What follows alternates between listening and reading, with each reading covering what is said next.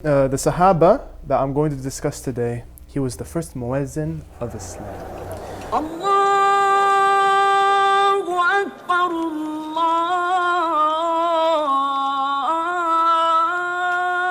Allahu Akbar. The beauty about this man is that he was not an Arab, he was an Ethiopian. And the beauty about him is that even though he was a slave, he proved that no matter what, as long as you have tawakkul on Allah and you believe in Islam, you will always be in the highest ranks of this world and beloved by Allah.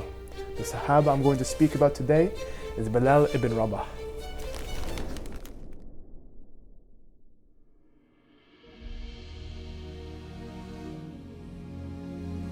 Assalamu alaikum wa rahmatullahi wa barakatuhu. Bismillah ar-Rahman ar-Rahim. Wassalatu wassalamu ala Rasulillah sallallahu alayhi wa sallam. Today we're going to be talking about one of the companions of Rasulullah sallallahu alayhi wa sallam that he had a huge legacy behind.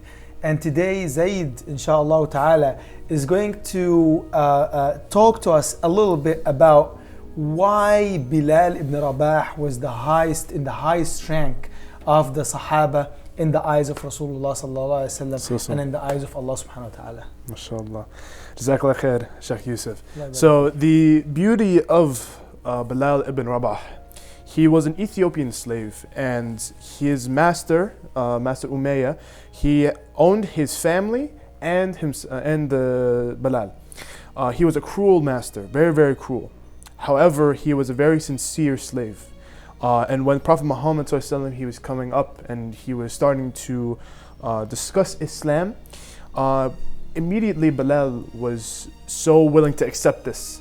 He would attend the secret dawah meetings of Prophet Muhammad ﷺ, and it would get to the point where he even accepted Islam, and he immediately rejected the idols that were around Mecca. And the beauty of him is that he was not an Arab. Usually people in Islam, they talk about those who are Arab or who are from the Quraysh. But Bilal was an Ethiopian. But even though he was not an Arab, Prophet Muhammad loved his calls to prayer, his adhan. He was the first Muazzin, and Prophet Muhammad loved him so much in his call to prayers that he even preferred it over the more appropriate and recommended, let's say, adhan of Arabic, because there was sincerity behind it. Subhanallah. Yes. So what was remarkable about his persecution when he first accepted Islam? So again, to go back to it, Umayyah, his owner, was very, very cruel. Very, very cruel. And he was a very powerful person in the community. So when he heard that Bilal had reverted to Islam, he wanted to make an example out of him. So he had his friends take Bilal into the public square and humiliate and torture him. We're talking whip, we're talking push him to the hot sand, we're talking just humiliate this man. And it got to the point where they would take this huge stone, and put it and place it on his chest so he could not breathe. But what was so beautiful about Bilal, his sincerity, his willpower, his compassion for Allah would never ever fail him. Even if he wanted to lie, he would not. He still said, one God, Ahadun Ahad, Ahadun Ahad. It was so beautiful. Even in the face of adversity, he refused to even comply for his own desires, his own nafs. And it's beautiful. Like today we have this issue of showing that we're Muslim, but an Ethiopian slave who was getting tortured still felt that he could not lie about his belief, his true love for Allah.